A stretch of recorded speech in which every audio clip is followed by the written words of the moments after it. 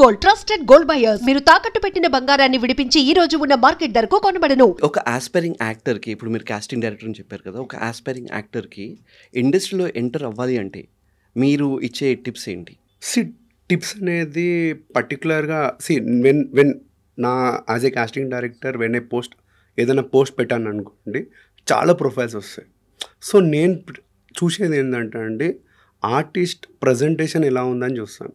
So ఏదైనా profile నా దగ్గరకు వచ్చినప్పుడు ఫొటోస్ ఎలా ఉన్నాయి, వెదర్ అతను సీరియస్గా ఉండా లేదా, అతను ట్రైనింగ్ తీసుకుంటా లేదా, ఈ అన్ని ఎలిమెంట్స్ ఒకటి చెక్ చేస్తే, ఇంకొకటి క్లయింట్ రిక్వైర్మెంట్ ఏది అనేది కూడా చాలా ఇంపార్టెంట్ అండి.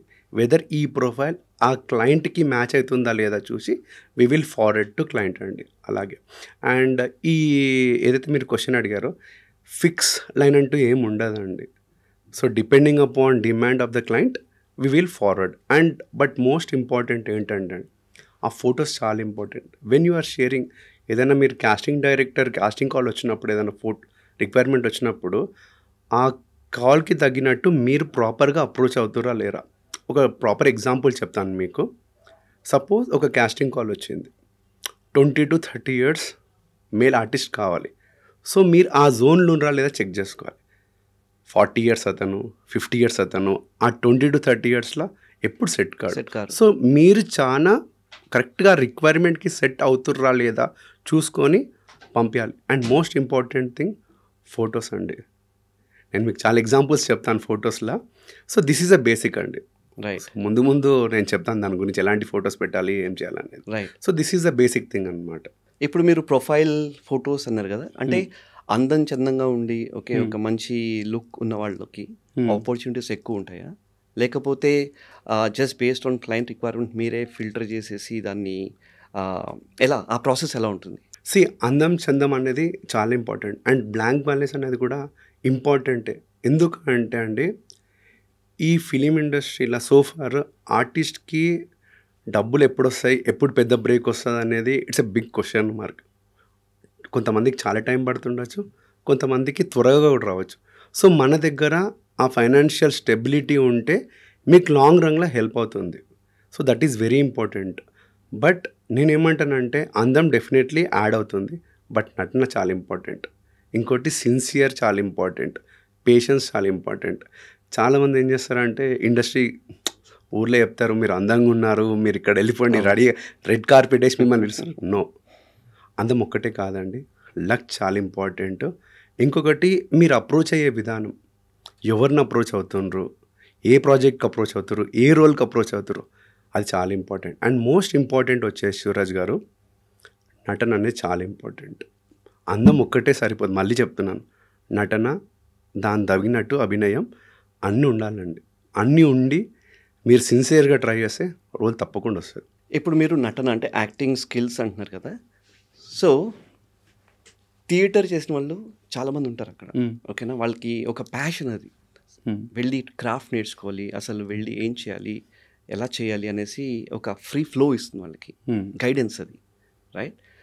సో థియేటర్ వెళ్ళి అది దాంట్లో టైం స్పెండ్ చేసి నేర్చుకున్న వాళ్ళు నా ఉద్దేశం ప్రకారం are very talented comparatively insta influencers కన్నా. కానీ ఈ మధ్య అవుతున్నది ఏంటంటే, ఇన్స్టా ఇన్ఫ్లుయెన్సర్స్ వాళ్ళ ఫాలోవర్స్ ఎక్కువ ఉండేసరికి అలాంటి వాళ్ళకి ఆపర్చునిటీస్ చాలా ఎక్కువ వస్తున్నాయి కంపేర్ టు యాక్చువల్గా థియేటర్లో టైం స్పెండ్ చేసి షోస్ చేసి, ఓకే, వాళ్ళకంత సోషల్ మీడియా లేదు, కానీ ఒక ఇన్స్టా ఇన్ఫ్లుయెన్సర్కి ఉన్న సోషల్ మీడియా ప్రెజెన్స్ వల్ల వాళ్ళకి ఎక్కువ ఆపర్చునిటీ వస్తున్నాయి అండ్ థియేటర్ ఆర్టిస్ట్ తక్కువ వస్తుంది. మీ అభిప్రాయం దీని మీద? ఇద్దరు ఇంపార్టెంటే అండి. There is a purpose. యాక్చువల్గా సోషల్ ఇన్ఫ్లుయెన్సర్ని తీసుకోవడానికి ఒక పర్పస్ ఉంటుంది, ఎందుకంటే వాళ్ళు ఆల్రెడీ విజిబిలిటీ ఉన్నారు. సోషల్ ఇన్ఫ్లుయెన్స్లో ఉన్న వాళ్ళందరికీ ఎక్కువ వైడ్గా విజిబుల్ ఉండరు కాబట్టి వాళ్ళని తీసుకొస్తారు. కానీ మీరు అన్నట్టు థియేటర్ ఆర్టిస్ట్ డిసప్పాయింట్ అయ్యే అవసరమే లేదండి. It's all about getting chance. ఒక్క అవకాశం వాళ్ళకి వస్తే they can prove it and they can run for long. Instagram just look వల్ల తీసుకున్నా కూడా వాళ్ళు ఆ రోల్ని జస్టిఫై చేయకుంటే వాళ్ళు ఎక్కువ రోజు సర్వైవ్ కాలేరండి. బట్ ఇద్దరు ఇంపార్టెంటే, కానీ ఎవరు ప్రూవ్ చేసుకున్నారు అనేదే అల్టిమేట్ అండి. సో మీరు అన్నట్టు, కానీ థియేటర్ ఈ డిఫరెన్స్ ఏంటంటే, ఏ ఆర్టిస్ట్ అయినా ప్రాపర్ ప్రిపరేషన్ అనేది చాలా చాలా చాలా ఇంపార్టెంట్. ఒక ఎగ్జాంపుల్ ఇస్తాను. ఒక క్రికెటర్, ఒక ప్రొఫెషనల్ క్రికెటర్ ఉండండి, వాడు ఒక ట్రైనింగ్ తీసుకొని ఒక కోచింగ్ వెళ్ళి ఆ బేసిక్స్ ఎలా అయితే నేర్చుకొని పెద్ద మ్యాచెస్ ఆడతాడో, సేమ్ యాక్టింగ్ కూడా అంతే అండి. ఈ థియేటరు, ఈ ట్రైనింగ్ ఇవన్నీ హెల్ప్ అవుతాయి. వెనెవర్ అతనికి అవకాశం వచ్చినప్పుడు ఇవన్నీ చాలా ఉపయోగపడతాయి అన్నమాట అతనికి. So proper training is very important. Right. Just like A cricket, నేను ఐమ్ జస్ట్ గివింగ్, అంటే ఒక క్రికెటర్, ఒక ఫిలిం యాక్టర్ ఇద్దరు ఒకటే అనుకుంటారు బాండ్ న్యాచురల్ అని, కానీ when it really comes to skill అంటే these are all very important. అంటే మీరు చెప్పిన దాని ప్రకారం ఏంటంటే బేసిక్గా లాంగ్ రన్లో ఒక డైలాగ్ డెలివరీ కానీ, ఒక ప్రెజెన్స్ కానీ, ఓకే, ఒక థియేటర్కి వెళ్ళి చేసిన వాళ్ళకి ఆ కాన్ఫిడెన్స్, ఆ ఎక్స్పోజర్ ఎక్కువ ఉంటుంది కాబట్టి వాళ్ళు సస్టైన్ అవుతారు కదా. ఐ మీన్ ఇన్స్టా ఇన్ఫ్లుయెన్సర్స్ కూడా అవ్వచ్చు, సస్టైన్ అవ్వచ్చు, okay, if they have that natural talent. But on the long run what I understand, మీరు చెప్పిన దాని ప్రకారం ఒక ప్రాక్టీస్, క్రికెట్లో ఎలా అయితే వాళ్ళు కోచింగ్ తీసుకుని ఎలా అయితే నిలబడతారో అదేవిధంగా థియేటర్ చేసిన వాళ్ళకి ఎప్పుడైనా సరే అప్పర్ హ్యాండ్ ఉంటుంది. 100% అండి. See preparation is very important. ఒక ఆర్టిస్ట్కి ప్రిపరేషన్ అనేది చాలా important. As I was saying, ఈ థియేటర్ చేసిన, ఈ ట్రైనింగ్ చేసిన, these are all basics. Camera fear లేకుండా ఆ లైన్స్ చెప్పడాలు ఇవన్నీ ట్రైనింగ్ వల్లనే వస్తుంది. జస్ట్ మిమ్మల్ని సంబడి బాగున్నావు నువ్వు అని మోటివేట్ చేసిన వెంటనే నువ్వు వెళ్ళిపోయి ఇట్ విల్ నాట్ కమ్ అండి. ద మూమెంట్ మీకు కెమెరా ఆన్ అయింది అనుకోండి, ఇట్ కమ్స్ అ రియల్, మీకు అర్థమైపోతుంది అండి మొత్తం ఎంత పొటెన్షియల్.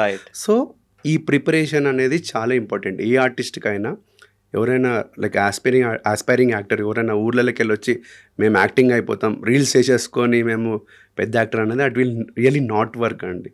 నిజంగా చెప్తాను, that is really it will not work. ఎందుకంటే ఒక్కసారి మీరు ఒక పెద్ద ఆర్టిస్ట్ దగ్గర వెళ్ళి పర్ఫామ్ చేయాలన్నప్పుడు ఆ లైన్లన్నీ ఇట్ విల్ వెళ్ళిపోతాయి, ఆటోమేటిక్గా మర్చిపోతారు.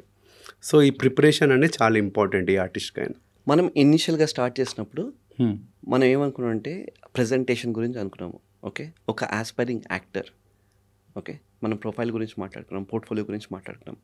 ఒక ఆస్పైరింగ్ యాక్టర్ సే మంచి ప్రొఫైల్ క్రియేట్ చేసుకున్నారు, ఓకే, మంచి రీల్స్ కూడా చేసుకుని, reels in the sense not that Insta reels కాదు, బట్ వాళ్ళ యాక్టింగ్ స్కిల్స్ని వాళ్ళు క్రియేట్ చేసుకుని, ఓకే, దే హ్యావ్ డన్, ఏ చేయాలో అది చేశారు. ప్రొఫైల్ ఉంది, మంచి పోర్ట్ఫోలియో ఉంది, అంతా ఉంది.